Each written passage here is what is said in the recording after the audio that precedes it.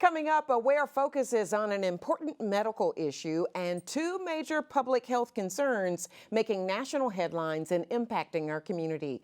Breast cancer in men, a flesh-eating bacteria reported in some parts of the Gulf, and health issues with e-cigarettes or vaping. The Aware Show starts right now. This original WSRE presentation is made possible by viewers like you. Thank you.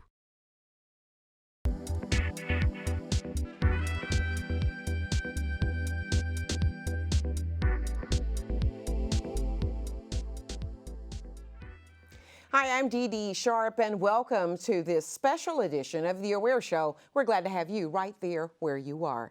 Well, today we are taking a look at not just one, but three medical matters making headlines, including e-cigarettes and vaporizers. Vaping is a $7 billion industry sweeping the country and leaving in its wake possible life-threatening, crippling effects. Coming up a little later in our show, we'll talk with an expert from the Florida Department of Health in Escambia County about this growing industry and the health concerns that come with it. Also ahead, it lurks in warm water, and with the threats of global warming comes a bigger problem with a flesh-eating bacteria. We'll talk with a local health official and a research scientist biologist and tell you more about this deadly bacterium and let you know what you need to know to avoid becoming infected with this bacterium.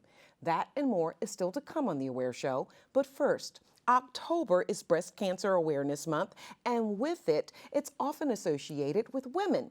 But more and more, there's been an increased focus on men with breast cancer.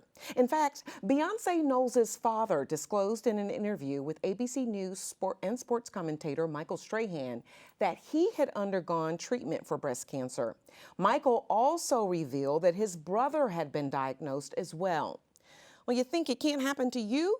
According to the American Cancer Society, this year an estimated 2,670 men in the United States will be diagnosed with breast cancer. Black men, as you see according to the numbers here, have a higher rate of getting it, followed by white men. It is estimated that 500 men will die from breast cancer this year. Well, what are the signs and symptoms of breast cancer in men? And what's being done here locally to help in the fight against breast cancer? For the answer to these and many other questions, we're joined in the studio now by Kay Mitchell. Kay is the Community Development Manager with the American Cancer Society Southeast Region. Thank you so much for joining us, Kay. You're welcome. So much information out there now about men and breast cancer than what we've ever had before. Most of the time, we think of breast cancer, we think of women. And, every time I get a chance to talk about breast cancer awareness and that sort of thing, I'm always reminded to mention about my own mother, whom I lost at a dear and tender age of 57-year-old. Freddie Odetha Carter Kinney died of breast cancer in 2000. So it's been quite some time, but my heart goes out to breast cancer survivors and the fight of breast cancer. And so in doing that, often supporting the American Cancer Society and everything that you all are trying to do to get the word out and try to help people prevent this deadly disease, that even if it tries to take hold, that you guys are doing everything you can on the forefront to fight it. And for our men, we're really making some strides there as well. We are. Just getting the word out and letting men know that they can get it too is a big deal. If you don't know that it's possible, you're not going to look for the symptoms. And probably with men, as with any other medical issue, they probably don't go in to get things checked as much. Not at all. Women, as you know, we get mammograms at 40 every 2 years unless you have a history. Men, that's just not the case. They're not asked to get mammograms, so they have to really know what to look for. The American Cancer Society does so much to fight against cancer. I would be remiss if I just didn't give you an opportunity before we get too far ahead, zooming in and focusing on men, just give you a chance to talk about the American Cancer Society and what you all do abroad, and then we'll just narrow the focus here again. Absolutely. So normally when people think of the American Cancer Society, they think of research, and we do a lot in that regard. We partner with the experts and make sure that we're funding the proper programs that can help not just fight it, but cure it. That is our ultimate goal. Right here in Pensacola, though, the programs that we offer for those that are fighting breast cancer or any type of cancer locally, we offer free rides to treatment, which is huge. A lot of doctors won't even prescribe or I guess write their prescriptions to get treatment if they can't provide that they have rides to treatment, because once you start chemo, you have to go every day for a length of time. So that's something that we've stepped in to help with, is offering free rides to and home from treatment. Another thing that we do is if they've lost their hair, we give free wigs, and they're not cheap wigs. They're really nice, expensive wigs. Free scarves. We offer free hotel stays if they're having to travel for treatment as well. And then support, not just for, if you're going through anything that traumatic, it's nice to have somebody that's been there, as a support. Yes. So we offer that, it's free, and then we also offer support for the caregivers, because it's taxing on anyone that has to deal with that. It really is. And that's why I wanted to give you an opportunity to tell a little bit more about the things that you all do that we don't know that's out there. And I know you all, I actually helped my mom when she needed a prosthetic breast. And so I appreciated what was offered to her to make her feel as beautiful as what she really was, regardless of the cancer.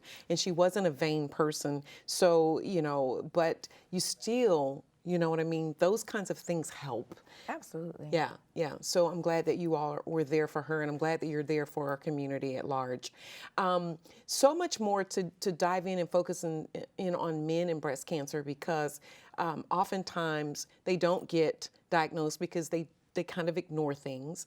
And the numbers that we gave at the beginning of the show seem kind of small, but not really when you consider that there's a possible prevention for them, so that we don't have 500 men who lose their lives to breast cancer. Well, being that only 2,600 are diagnosed and 500 are dying from it, that's a fourth. That is a huge number. Sure. And a lot of that is because they're catching it so late.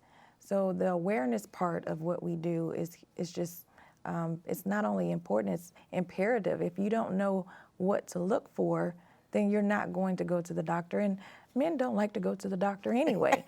So, and then you think about it, that's embarrassing. If they're, one of the symptoms is tenderness and redness, or something's hard, and if you feel something and it's like, okay, do I really want to go to the doctor? And there's an embarrassment factor there, and I think that's part of the reason why the numbers are so high, because it gets so bad to where there's nothing that can be done.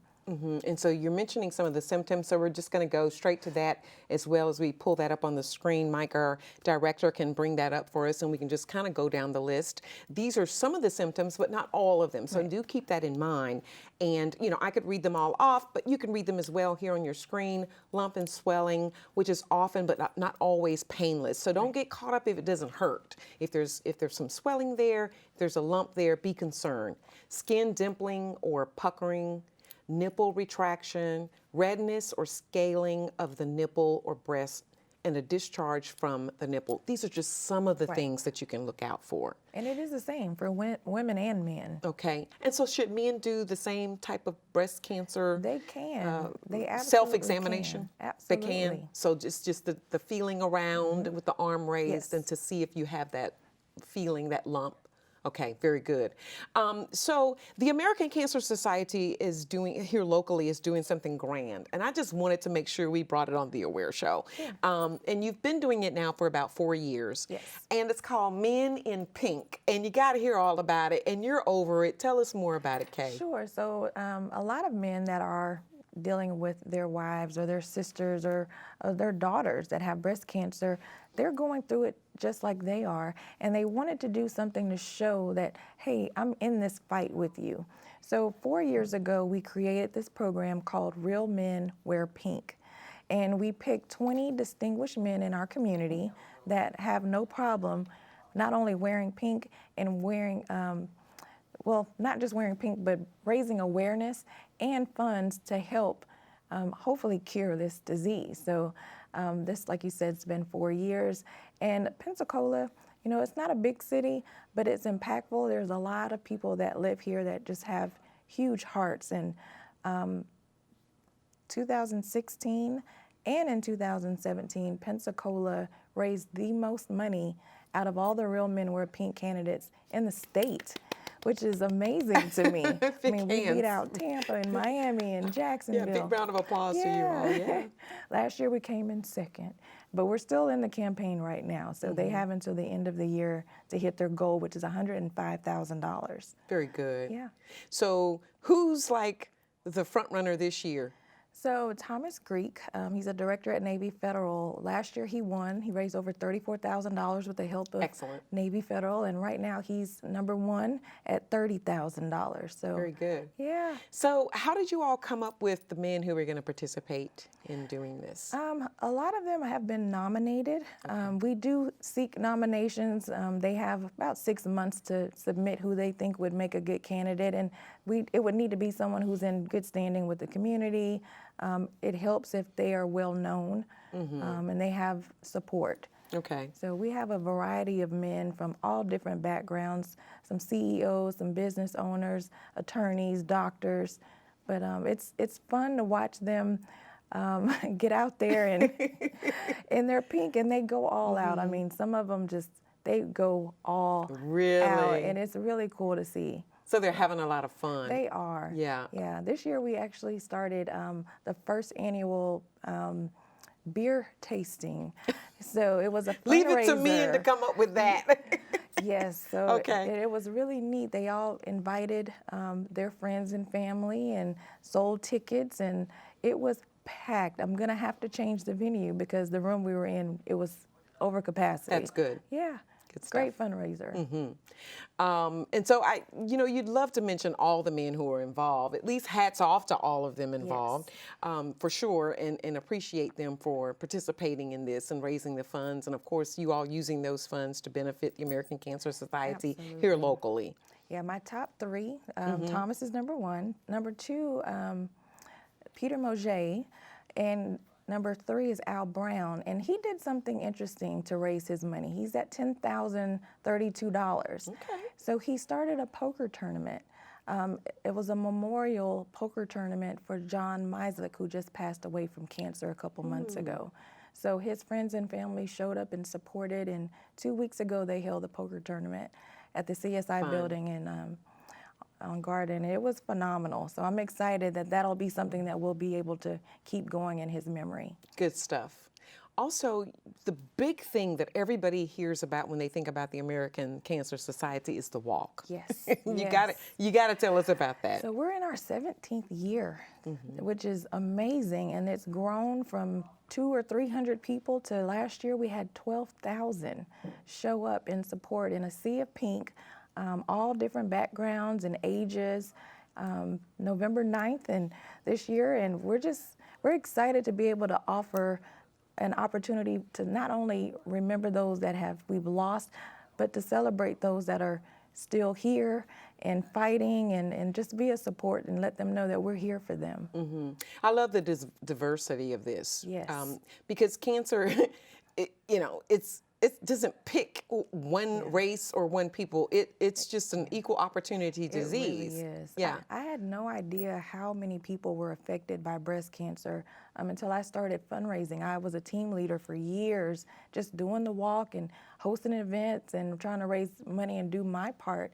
And just being in the community seeking donations, every business I went to, they had a story to tell me. And I just was shocked. I had no idea how many people had been affected. So it's 1 in 8 women, Wow. that's scary. Yeah, it is very scary, because you never know. You don't. And chances are you will know someone, if not you, God forbid. Just saying. I had a scare this year. Really? I turned 40 and got ready to go for my first mammogram and found a lump, and I'm freaking out thinking, I'm about to go through what I deal with every day, and thankfully it turned out it wasn't anything, but that's a scary place to be. I had that scare myself a few years ago, so I know what you mean. Yes. Yeah, and I typically will do my breast exam, and I've started this since I was 40 because my mother, got this disease at a very young age, and so I had to start doing screenings early on, and I would do it in the month of October because that was her birthday. Oh, okay. So, and I always said, I hate that, you hate to lose your mother, Right. but I said her death actually was an awakening for me. It gave me a chance for a cure because now I know to try to prevent it by getting those exams. And so I was doing it on her birthday. Oh, okay. And now I've kind of lost track of it, but I still get them yearly. Well, that's good. And that's the idea. And so then the other thing about breast cancer, we talked about some of the symptoms for men, but I also want to talk about some of the risks. So, we're going to be bringing back up in just a moment the symptoms to look out for and the health risk that could cater to this. And so that will be coming up again in just a moment. Just want you to know, and some additional information if you want to contact the American Red Cross. But during this segment in talking to you, I also want to go ahead and mention what some of those risk factors might be for men in getting breast cancer, and we're showing that on the screen right now. So age, family history, an inherited gene mutation, radiation exposure, alcohol, liver disease, obesity, testicular conditions, and estrogen treatments. All of these things can become a risk factor for a man getting breast cancer. So you may find yourself somewhere on that list to be concerned. And I know alcohol consumption and liver and disease and things like that. Obesity is something that we really don't think about, but all of those things can put you on the radar for this. At the end of the day, what would you want someone to walk away with? A man, I would say men, because this is who we really wanted to focus on, to walk away from this segment knowing that because they've watched, because they've heard what we've had to say, they need to get their breast exam and they need to do it at home. They need to take it one step further if they see or feel anything that's there. At the end of the day, what would our viewers need to walk away, the takeaway? Well, they have one body. They got to take care of it. If something doesn't feel right, go to the doctor. Get it checked out, because prevention and catching it early means you could be saving your life. And the impact that men leave when they're not here anymore on their families, I don't think they think about that. So I would just hope that they would remove the embarrassment factor if they feel like something's wrong and just go get it checked out. Okay, I said the American Red Cross, but we're talking about the American Cancer Society. They're community programs that help, so they fit there. But with the American Cancer Society, we appreciate all that you all do here locally. I love this concept of getting the men in pink and raising money and raising awareness for this all-important, issue of breast cancer for men and women. And I want to thank you also for being here on our show. Wish you much success with this. Hope y'all raise a whole bunch of money. Thank you, thank you, thank you. We're so close to hitting our goal, so yes, thank you. Good deal. All right. All right, coming up, what you need to know to protect you and your family from a flesh-eating bacteria called Necrotizing Fasciitis. That and more after this recap.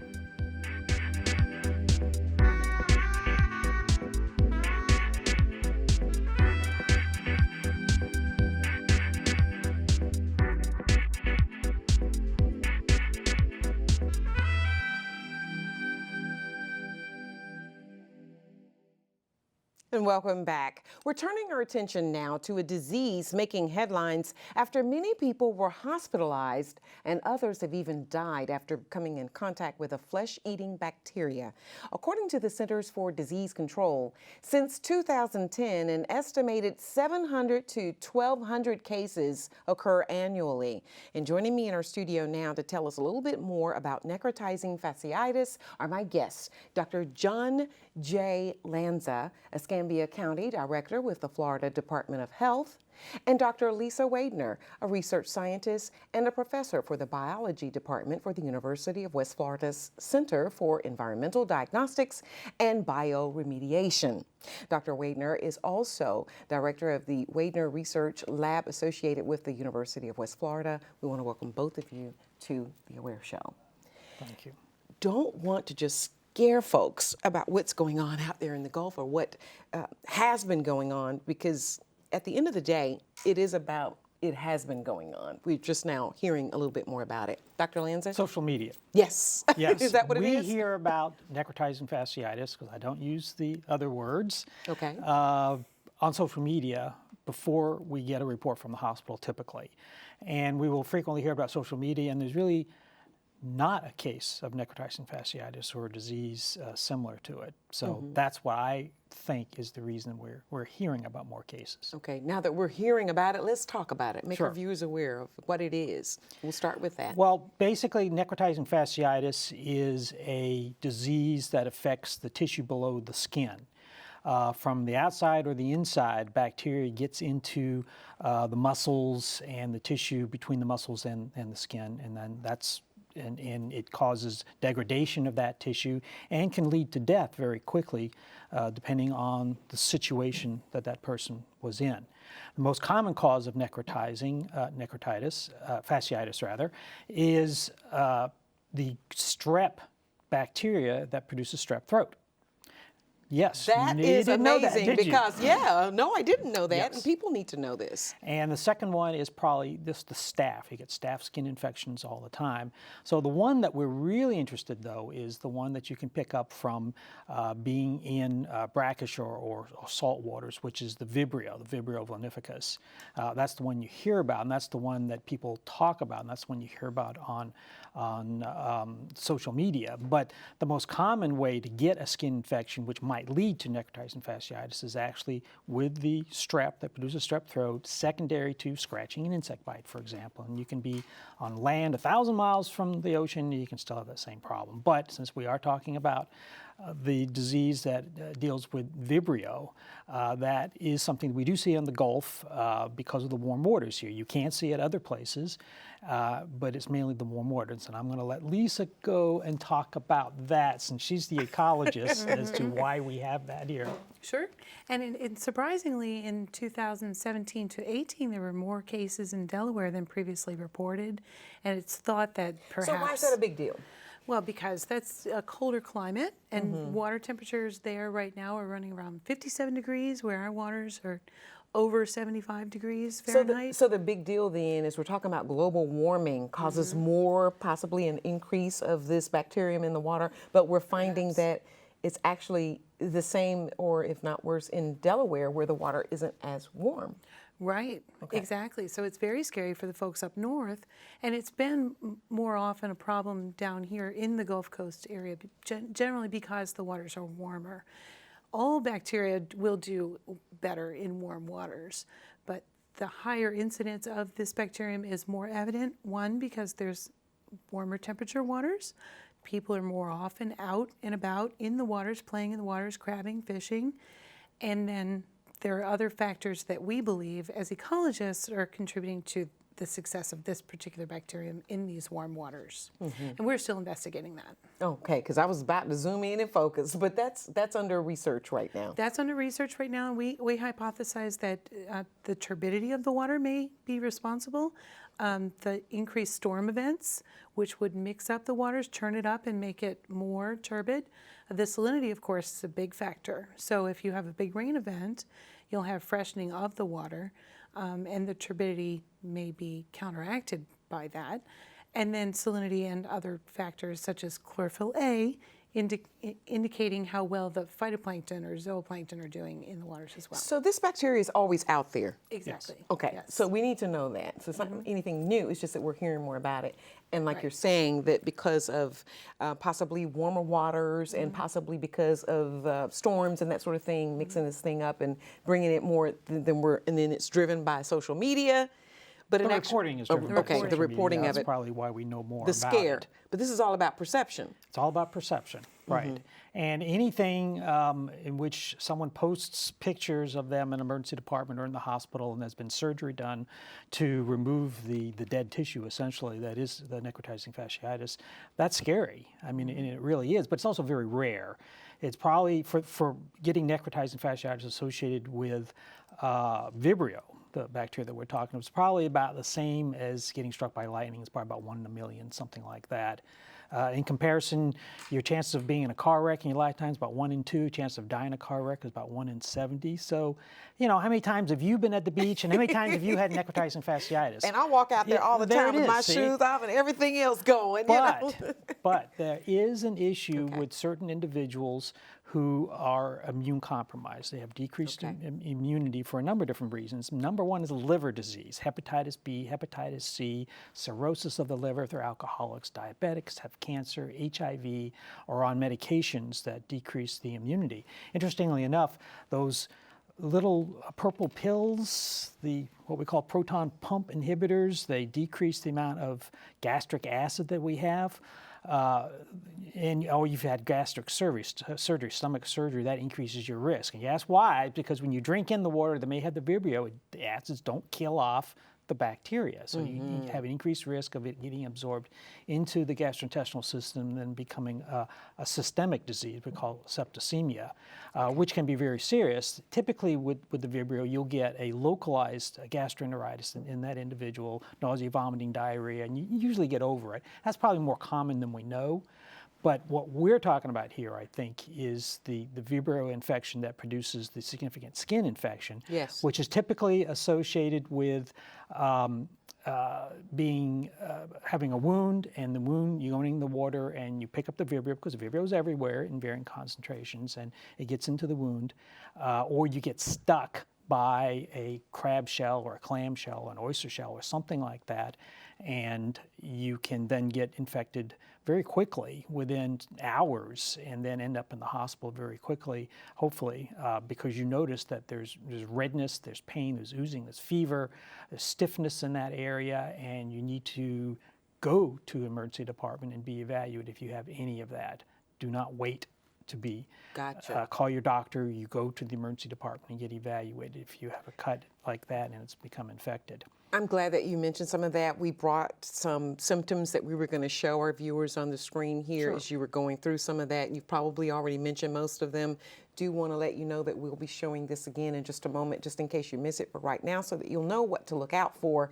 Painness, red swollen skin near the wound, flu-like symptoms. You just talked about some of that, and of course the redness and the swelling. But these are just some of the things. I mean, it doesn't mean that this has to be all there is to it. So you need to be aware of what is happening to you, and then what happens after you've stepped on something or you had a wound, you went in. You know what I mean? You just have to be aware of what's going on with your body. You have to be smart, and you have to be aware.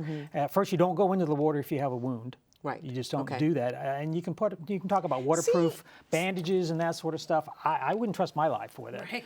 I mean, see, you know, and the funny thing is, and we're going to hold on to those tips, leave them up there.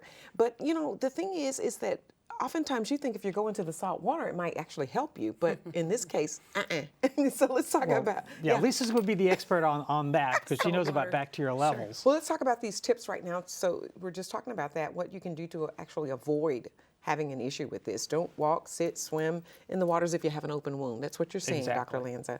Or you get an open wound because you are walking in the water. That happens all the time. And if you do, make sure you properly wash or treat that wound. Absolutely. Then you rinse with fresh water after swimming. It reduces the risk of exposure as well.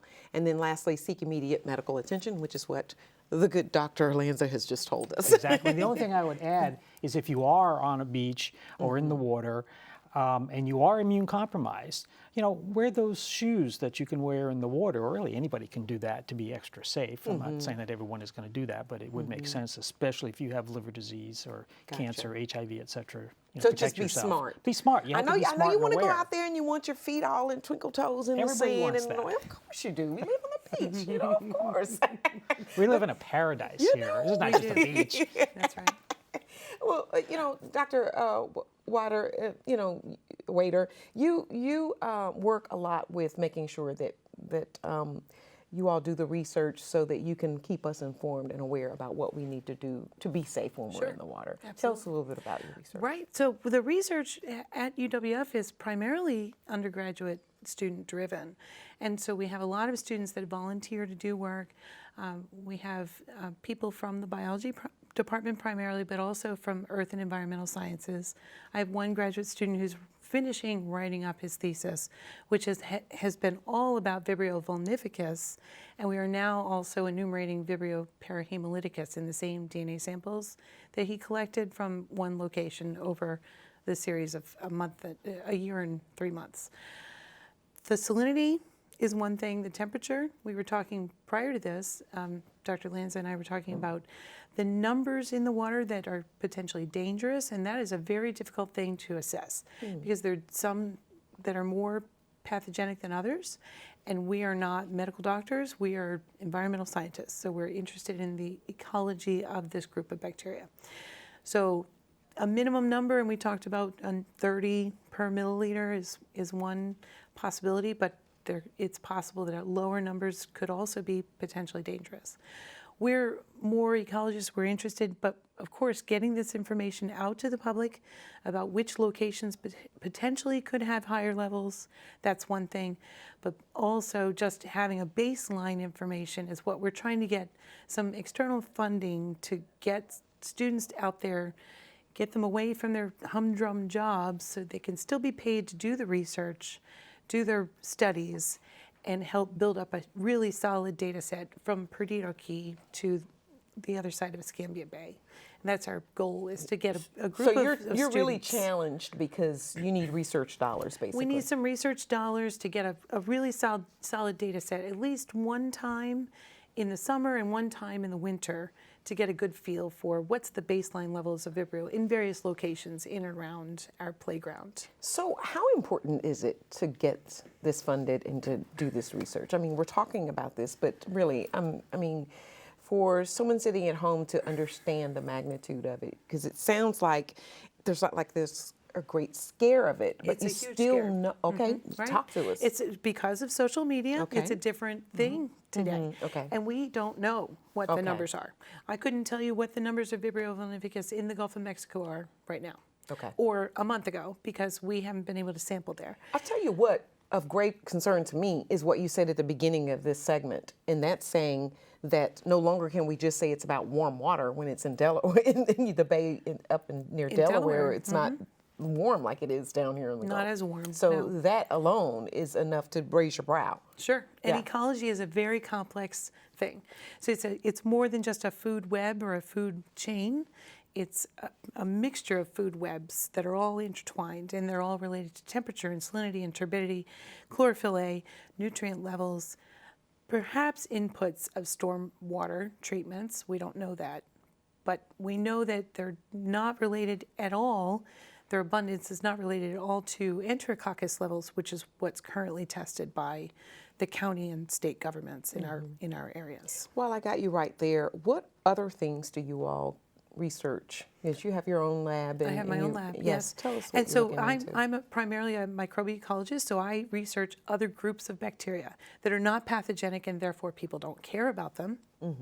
But ecology is ecology, whether it's a pathogenic bacterium or not. Okay. They all follow the same rules: growth rates, temperatures, the success after storm events, before storm events, salinity, etc. Okay. So ecology is universal, and being able to hone in on a particular group may be that we get research dollars because this is scary to humans, Okay. and research dollars for funding of general microbiology for another group of bacteria that are not pathogenic, maybe not as easy. I love how you're able to explain this, even though it has the potential to be difficult to understand, but you're able to really bring this into layman terms so that we can understand what you're talking about. That's my goal. Yeah. Good job. Good job at UWF too. Thank you. The Thank University you. of West Florida. Dr. Lanza, at the end of the day, I mean, because I almost got these things a little confused. You're saying that we have the fasciitis is there, but then the concern is greater with strep and those kinds of diseases because there's a greater chance of us getting those things and being impacted and possibly getting Well, it's some actually type the of opposite, bacteria. Okay, because you help don't me. know about the strep, Right. the strep throat causing necrotizing fasciitis or, Okay. or sepsis, systemic disease, or, Mm-hmm. or the staph. Because of social media and because we live here, we assume that anyone who goes in the water and gets necrotizing fasciitis, it's due to the Vibrio and that's probably the case, but it's still very rare. But I would be remiss if I didn't talk about raw oysters and clams. Okay. Yeah, so I told you previously, the last time I ate a raw oyster was May 27th, 1988. Okay. And I remember that specifically because that was a going away party for the pediatric residents here at Sacred Heart when I was a resident way back when. And subsequent to that, I learned, well, you know, there are real problems with raw shellfish like oysters or clams, and I don't do that anymore. I eat oysters, but they're always cooked. I eat clams, Gotcha. but they're always cooked. 'Cause you had to learn the hard way. Well, what happens with the raw oysters and clams is that they're contaminated with the Vibrio, both the vulnificus and the parahemolyticus, and it gets into the gastrointestinal tract, and most of the time it doesn't cause any problems at all, it just passes right through.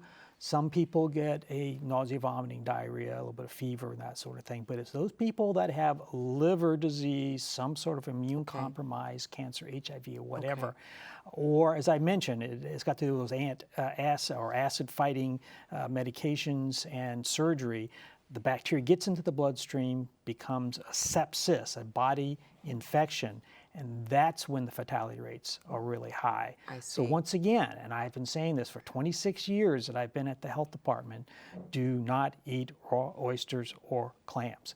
I eat clams and oysters, but they're always cooked. Okay, and what happens when we cook it? We know that we kill off the Yeah, it stuff. just Is that kills what off- happens? kills off the Right, Okay. so bacteria are just like us. There's a certain level of temperature that we can tolerate without dying. Okay. Yes. So we're just killing any living organisms that live on the surface or inside of the tissue of the oyster or the clam. Okay. He pointed at me, John pointed at me because we were having a discussion before Yes. about vulnificus versus parahemolyticus. And so parahemolyticus is one that's often associated with the food poisoning Okay. of eating the raw oyster and having just some gastrointestinal discomfort. My graduate student, Mark, the one who's finishing up his thesis work, looked at 1.5 years of DNA samples for vulnificus. He is now going back and sampling every single one of those because once we extract the DNA, we can sample it for anything, pathogens or not. Interesting. So he is now examining those DNA samples for parahemolyticus. And we think that that might be more abundant in this one particular location that we assessed. Now, what we plan to do is expand our program if we can get a little bit of money and look at oyster surfaces, because that's where vulnificus and parahemolyticus thrive. They live on surfaces. They're very good at attaching to surfaces. Some bacteria are better at that than others. But they put out a slime. It's called extracellular polysaccharide matrix, EPM, but we just call it slime, bioslime. And they do a very good job of sticking to things. So people are afraid of stepping on an oyster, getting cut, and then and that's often where you'll see the worst cases, where you get a cut from a crab or an oyster. Okay. We'll see. Okay. We would like to expand our program and look at oysters and water samples. Good. So the thing I love about this is that we're not just talking about cuts and wounds. We're talking about something we eat. Exactly. We take this in. Right. So all the more reason to fund the research and get this done so that we know what's going on out there, so that we know what we're suscepting ourselves to and how to protect ourselves. Exactly. Right. I love that. Dr. Waidner, so coming up in the near future, what can we expect coming from you and your research and all that other good stuff? We will continue to do more Vibrio work.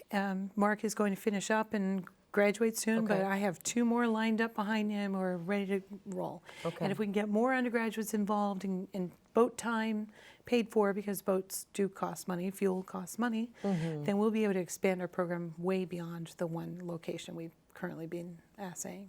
Okay, very good.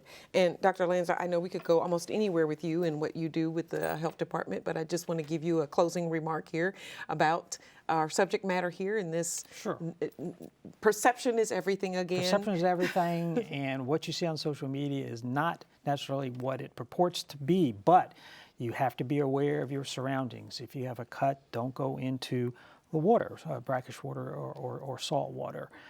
Wait till it heals, then go into the water. Don't eat raw oysters or clams. If you're walking on the beach, wear some sort of a slipper or shoe or something to protect your feet. If you do get cut, wash it off very well with soap and water. If you do see redness, streaking, warmth, firmness, fever, then you need to seek medical care immediately, because you could have a fatal outcome in less than 48 hours if you don't. But as I said, it is very, very rare, but it can happen, especially those who are immune compromised, liver disease. You have to be aware of your own self. And I think that I love that. And I think the important thing to note here is that while we didn't go into any particular cases, it is happening. People are losing limbs. People are getting sick. People are dying. So we don't want to not say that that's not happening, but we didn't want to get in any particular cases and tell about anything here in the local area, because we don't want to put out people's information about their health issues and right, that but kind we of have thing. had a mix But we of have had a everything. mix We've of had everything. raw oysters being eaten. We've had people stepping on clam shells or oyster shells and getting infection from that way. We've had all the different things that we've been talking about have happened here over the past several years. Cause for concern. So there you have it. Yes. Cause for you to be here. And caution. Yes, and thank you all for being here and sharing this information with us here on the Aware Show. Good stuff. All right. We want to share some information with you as well about this deadly bacteria here on your screen in just a moment. But still to come here on the Aware Show, we have just a few more minutes left. We're going to be talking about vaping, and we'll be talking about how this is seen as something that doesn't necessarily make you sick, but it could be more, I should say, sickening than what you might think. So stick around for that. It's coming up next.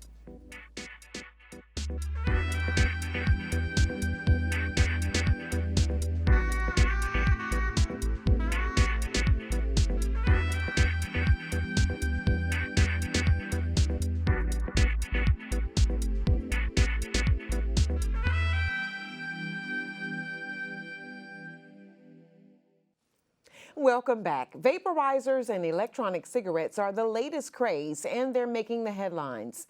The CDC has issued an advisory concerning severe pulmonary disease associated with e-cigarettes. Many people, especially teenagers, have been hospitalized or have even died because of vaping.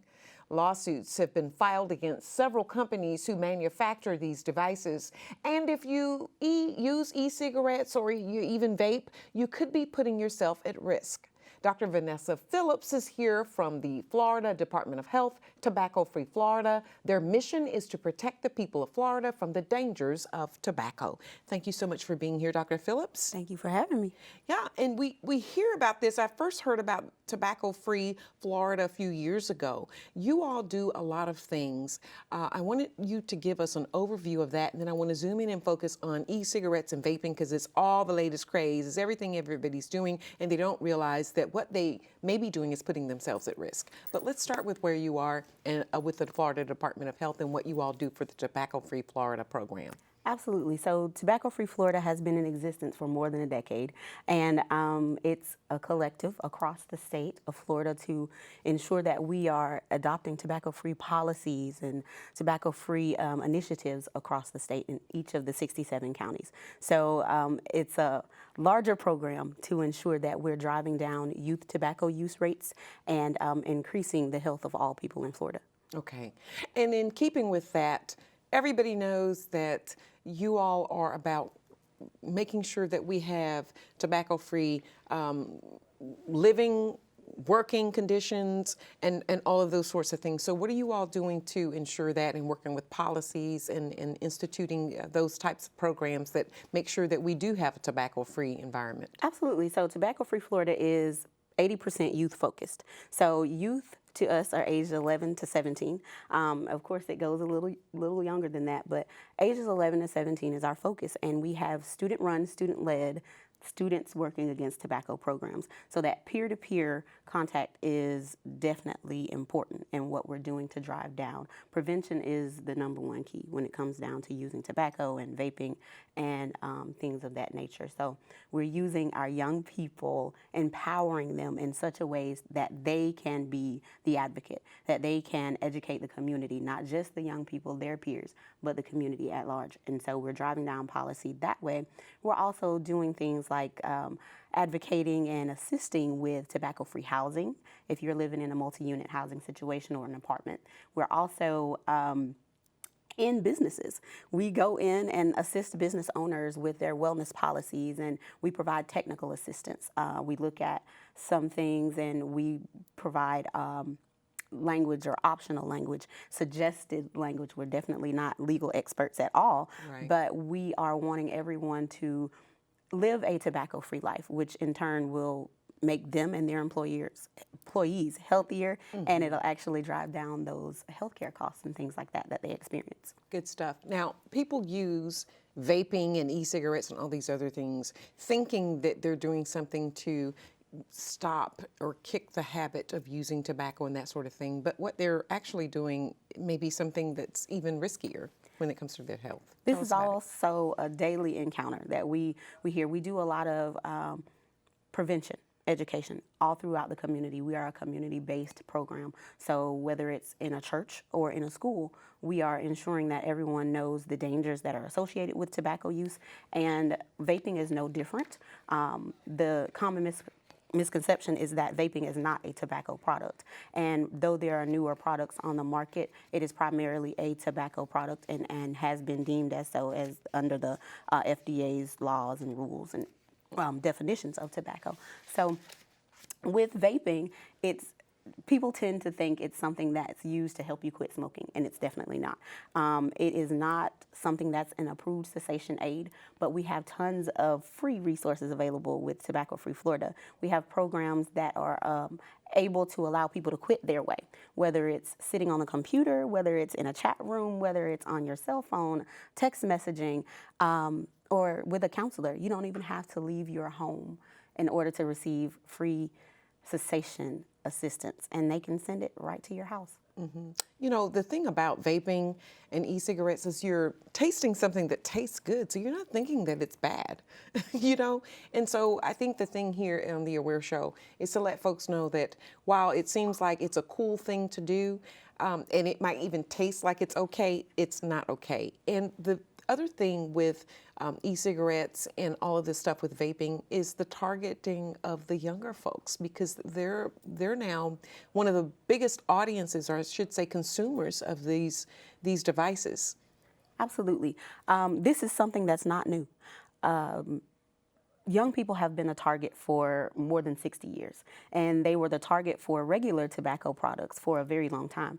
And because we've driven down that number. In fact, Florida is the lowest smoking, they have the lowest smoking rate in the nation right now.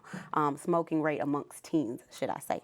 But vaping is something that's new, and it's something that we are looking at that's changing the way that young people think.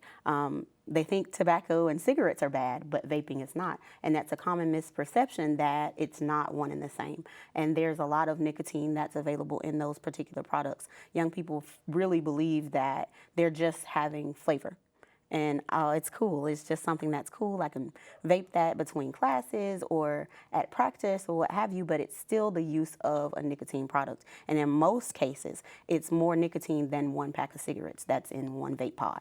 And that's just incredible to know, because like some of the flavors, I mean, like I said, it tastes good, you know, and so it's hard to believe that it's not good for you. And so I'm glad you're telling us that, yeah, it still has nicotine. It still has nicotine. That's the problem. Nicotine is highly addictive. Yes. So that's one thing we want to convey to every single body, whether you're a young person or a more seasoned person. Nicotine is still highly addictive, and those vape products do have nicotine in them. And I want to just reverse here and go back, because you kind of raked over it. And I just want to blow it up and just tell our viewers that you all are to be congratulated, because as she mentioned, you have the lowest numbers for teens, the smoking rate for teens. And so, you know, again, you know, an applause for you all, because you all are doing some good stuff to get the word out, and it must be working. Absolutely. Yeah, and you do a lot of prevention programs. I can definitely say that Tobacco Free Florida is really, again, it's 80% focused on prevention. If you keep them from ever starting, we won't have as much of a problem. So that alone, with the things that we're doing out in the community, we have community partnerships where we invite parents, we invite people who are on the school committees, parent-teacher associations, things of that nature, to come in and learn how to prevent these things from happening, learn how to keep our young people from purchasing tobacco. We have something that's called point of sale. There's some things that young people see and they look like candy, or they're brightly colored, or they're really appetizing to them, but we really want to make sure that they understand, just because it looks good, just because they have a flavor, just because it may taste good, it's definitely not good for you. I'm glad you said that, because I had to have been about 18 years old when I bought me my first pack of Virginia Slims. And I did it because one of my aunts smoked them. But I thought it had to be the coolest thing to do. Thank goodness I never picked up the habit. But the point was, I thought it looked sexy. And I thought it looked cute. But there's nothing cute about this. There's It can be absolutely very, nothing cute very about it. dangerous. Yes. Using, nicotine over an extended period of time. Absolutely. Tobacco use is still the #1 most preventable cause of death in the world. So that's something that we want to make sure that we're telling young people and we're telling adults still. Nothing has changed with that. I remember I used to like the candy cigarettes back in the day, Yes. but in this job, I've done this job almost 12 years, and I learned that those things were training products.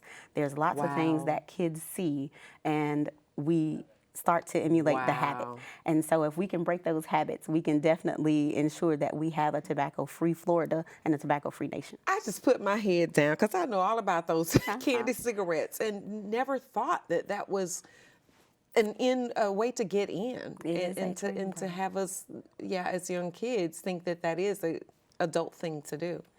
And the thing that's interesting that you and I talked about in the green room, that I want to talk about now, is that someone who doesn't smoke might think that this doesn't apply to them. Well, here's where it does, because we're also talking about second and now third-hand smoke and the effects of that now. Absolutely. So most of us have heard secondhand smoke, and that's when somebody's sitting in a room with you and they have a lit cigarette or cigar, and you are actually seeing this smoke and you're inhaling it 9 times out of 10. There is a such thing as third-hand smoke. If you walk into a room but there's actually nobody smoking, but you can smell that cigarette smell, there's still chemical present.